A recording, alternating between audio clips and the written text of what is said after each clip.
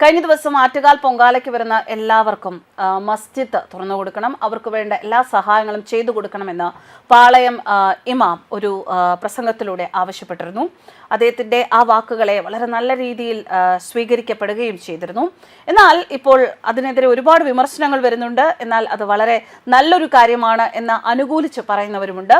ഒരു വിമർശനം ഇവിടെ വായിക്കാം. ഭാസ്കരൻ നായർ അച്ഛൻ അദ്ദേഹത്തിന്റെ ഫേസ്ബുക്ക് പേജിൽ കുറിച്ച ഒരു കുറിപ്പാണിത്. കോൺഗ്രസിനെ ജയിപ്പിക്കണം, ഹിന്ദു വോട്ട് വേണം, ബഹുമാനപ്പെട്ട പാളയം ഇമാം ഇങ്ങനെ സ്നേഹിച്ച് നക്കിക്കൊല്ലല്ലേ. ഹോ, എന്തൊരു സ്നേഹം! കഴിഞ്ഞ വർഷം വരെ കാണാത്ത മതേതര സ്നേഹം. പാളയം ഇമാം സാർ പറഞ്ഞത് കേട്ടില്ലേ? ആദ്യം നമുക്ക് ആ വാർത്തയിലേക്ക് പോകാം. അദ്ദേഹം എന്നിട്ട് ആ വാർത്തയെക്കുറിച്ച് പറയുകയാണ്. ആറ്റുകാൽ പൊങ്കാലയ്ക്ക് എത്തുന്ന ഭക്തർക്ക് ആവശ്യമായ വിശ്രമ സൗകര്യങ്ങളും ശുചിമുറി സൗകര്യങ്ങളും ഒരുക്കാൻ വീടുകളും മസ്ജിദുകളും തുറന്നു നൽകണമെന്ന് പാളയം ഇമാം VP സുഹൈബ് മൗലവി ആഹ്വാനം ചെയ്തു. റമദാൻ നോമ്പ് കാലമാണെങ്കിലും ഭക്തർക്കായി ഭക്ഷണവും പാനീയങ്ങളും കരുതണമെന്നും അദ്ദേഹം ഓർമ്മിപ്പിച്ചു. സ്നേഹത്തിലൂടെയും സഹോദര്യത്തിലൂടെയും മാത്രമേ വിദ്വേഷത്തെയും ഇസ്ലാമോഫോബിയയും പ്രതിരോധിക്കാൻ കഴിയൂ എന്നും ജാതിമത വ്യത്യാസമില്ലാത്ത ഇത്തരം പ്രവർത്തനങ്ങൾ ദൈവപ്രീതിക്ക് കാരണമാകുമെന്നും അദ്ദേഹം കൂട്ടിച്ചേർത്തു. ഏകദേശം നൂറ്റാണ്ടുകളായി ആറ്റുകാൽ പൊങ്കാല ഇവിടെ തന്നെയുണ്ട്. ആറ്റുകാൽ മണക്കാട് പ്രദേശത്തുള്ള മുസ്ലിം, ക്രിസ്ത്യൻ, ഹിന്ദു സമുദായത്തിൽപ്പെട്ട ഏവരും ഒരേ മനസ്സോടെയാണ് ആറ്റുകാൽ പൊങ്കാലയ്ക്ക് എത്തുന്ന അമ്മ സഹോദരിമാരെ സ്വീകരിക്കുന്നത്, അവർക്ക് ശുചിമുറി സൗകര്യം ഒരുക്കുന്നത്.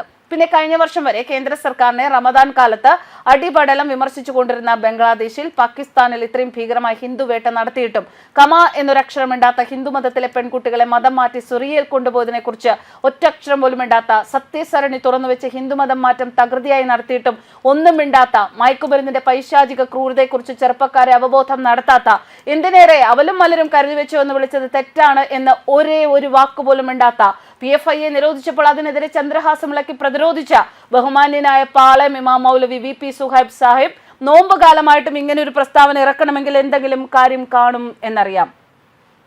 മാത്രമല്ല, ഇന്നുവരെ ഇങ്ങനെ ആറ്റുകാൽ പൊങ്കാല ഇടുന്ന അമ്മമാർക്കും സഹോദരിമാർക്കും ഒരു നയാ പൈസയുടെ സഹായം ചെയ്യണമെന്ന് അദ്ദേഹം പറഞ്ഞിട്ടുമില്ല. പ്രത്യേകം ശ്രദ്ധിക്കേണ്ട കാര്യം, മണക്കാട് ഭാഗത്തുള്ള മുസ്ലിം സഹോദരങ്ങൾ ദശവർഷക്കണക്കിന് മുൻപേ നല്ല സഹകരണമാണ് താനും. ആ കാരണങ്ങൾ അന്വേഷിക്കുകയാണ് ഇവിടെ. ഈ വർഷം തിരഞ്ഞെടുപ്പ് നടക്കുകയാണ്. എല്ലാ ഇസ്ലാമിക സമുദായവും ഒറ്റക്കെട്ടായി കോൺഗ്രസിന് പിന്തുണ പ്രഖ്യാപിച്ചിട്ടുണ്ട്. എന്നാൽ ഭൂരിപക്ഷം തികയ്ക്കാൻ ഹിന്ദു വോട്ടിന്റെ കുറവുണ്ട്. പാളയം ഇമാമിന്റെ കഴിഞ്ഞ വർഷങ്ങളിലെ പ്രസ്താവന യൂട്യൂബിൽ കാണാം, അതുമാത്രം ശ്രദ്ധിച്ചാൽ മതി. ഹിന്ദു വോട്ടുകൾ മാറി മറിഞ്ഞു പോകാതിരിക്കാൻ കോൺഗ്രസ്, മുസ്ലിം ലീഗ് പാർട്ടികളുടെ രഹസ്യ അജണ്ടകളുടെ പ്രഖ്യാപനമാണ് ഇത്. ഇലക്ഷൻ സമയത്ത് മാപ്രകളും ഹിന്ദുവിരുദ്ധ സോഷ്യൽ മീഡിയകളും ഇതിനെ 2047 വരുന്നതിന് മുൻപുള്ള മതേതരം പൂത്തുലഞ്ഞ പ്രവൃത്തി എന്ന് വിളിക്കും. അതാണ് ഈ 2026 ഇമാം വേർഷന് ഇത്രയ്ക്ക് പ്രചരണം. ബഹുമാനപ്പെട്ട ഇമാം, ഈ അമ്മമാർ അവിടെ കിടന്ന് വിശ്രമിക്കാനും തിന്നാനും കുടിക്കാനും അല്ല വരുന്നത്, വ്രതമെടുത്ത് പൊങ്കാലയിടാനാണ്.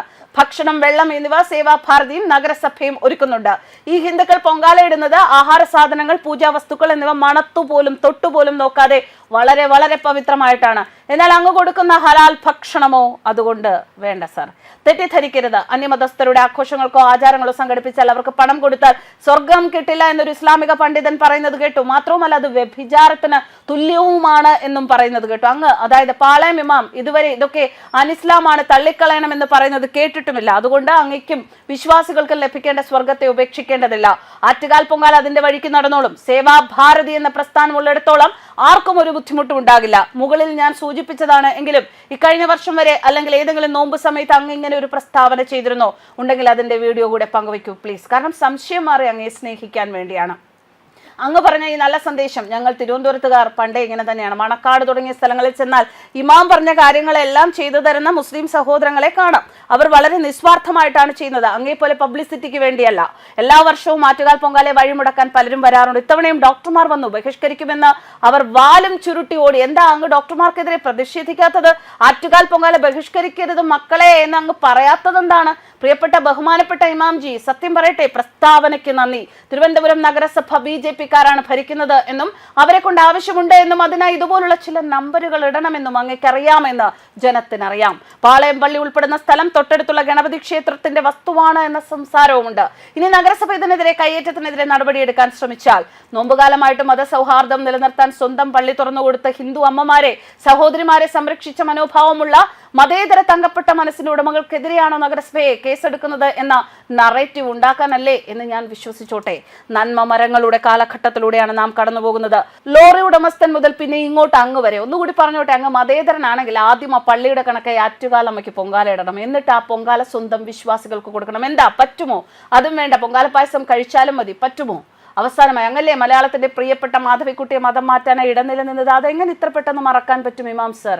വീണ്ടും മാധവിക്കുട്ടിമാരെ അല്ല കമല സുരയ്യമാരെ സൃഷ്ടിക്കാനല്ലേ നിങ്ങളുടെ ഈ മതേതരൻ ചമയൽ? എന്റെ പ്രിയപ്പെട്ട കേരളത്തിലെ മാധ്യമ പ്രവർത്തകരെ, കേരളത്തിൽ എല്ലാവരും കുഴിമന്തി അല്ല കേട്ടോ കഴിക്കുന്നത്. ഇതാണ് അദ്ദേഹത്തിന്റെ പോസ്റ്റ്.